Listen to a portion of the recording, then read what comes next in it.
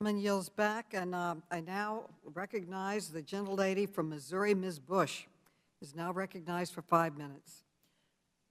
St. Louis, and I thank you, Madam Chair, for convening this necessary hearing. At Trump's January 6th rally, he told the crowd, quote, "If you don't fight like hell, you're not going to have a country anymore," end quote. And so that's what they did. On January 6th, a violent mob of insurrectionists, let's call them who they are, attacked the Capitol in an attempt to overturn the U.S. presidential election. I want to raise a pressing question today. Would this attack have happened? Would it have been allowed to happen if those who stormed the Capitol were there to stand up for Black lives rather than fight for white supremacy? Mr. Rosen, what would the DOJ's response have been that day if the majority of people who participated in the attack looked like me? Congresswoman, I appreciate that question. The first thing I want to say is I deplore hatred, bigotry, discrimination of any kind. And when I was at the Department of Justice, we prosecuted a number of significant hate crime cases and some cases involving racially and ethnically motivated violence. So from my vantage point, there's no tolerance for that at all. To answer your question, I believe that the responses the Department of Justice took when I was there were the appropriate ones, and that the relief that we provided of over 500 people urgently going to the Capitol that occurred, I think our responses and our preparation and our responses would have been the same.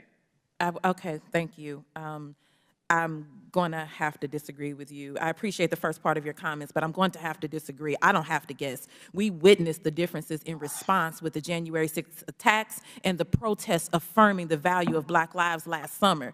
The treatment of protesters defending Black lives last summer by law enforcement, the DOJ, the National Guard, and others was incomparably, it was egregious. We were tear gassed, and I can say we because I'm not talking about what I think, I'm talking about what I know because I was there. We were tear gassed marching for justice in our own communities. The white supremacist mob was able to break in with weapons and with zip ties and put their feet up on the desk in the Speaker's office after violently storming the Capitol grounds. The contrast is stark. As my colleagues have rightly pointed out, Donald Trump was impeached for inciting the January 6th attack. But make no mistake, he is not the only one responsible.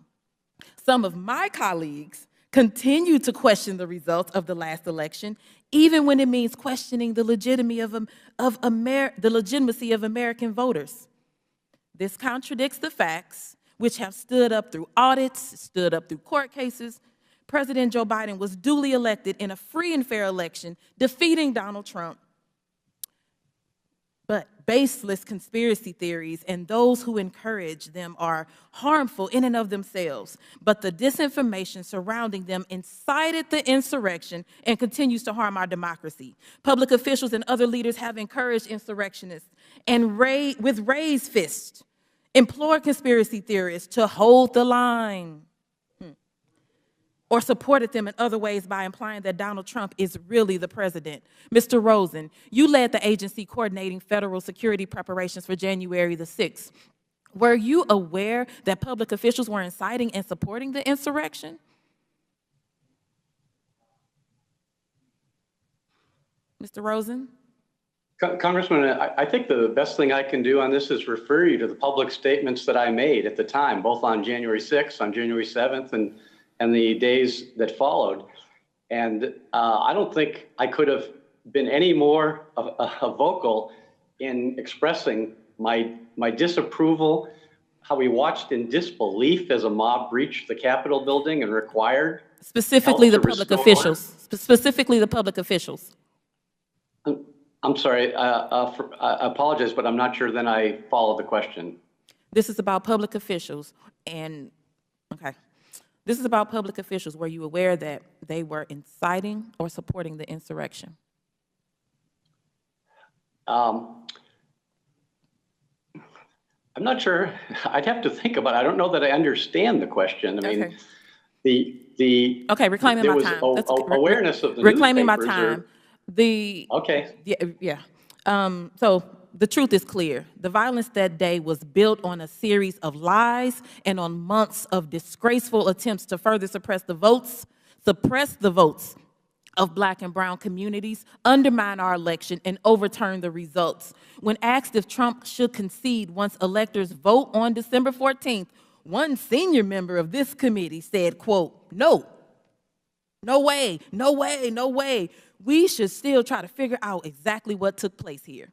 Mr. Miller, yes or no, would you agree that the unconstitutional attempts to overturn the election and dangerous rhetoric that I just cited played a role in inciting violence on January the 6th? Yes or no?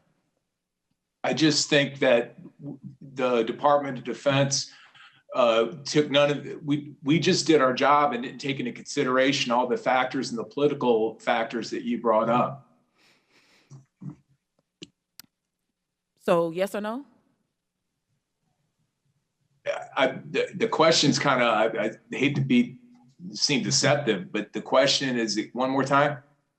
The question is, would you agree that the unconstitutional attempts to overturn the election and that dangerous rhetoric played a role in inciting the violence on January the 6th? I think the entire entertainment, media, political complex is culpable in creating this environment that is just intolerable and needs to change. Okay, thank you. I believe we should investigate all who had a role. Madam Chair, especially our she's public- long over time. From the gentlelady from New Mexico, Ms. Harrell, is recognized for 5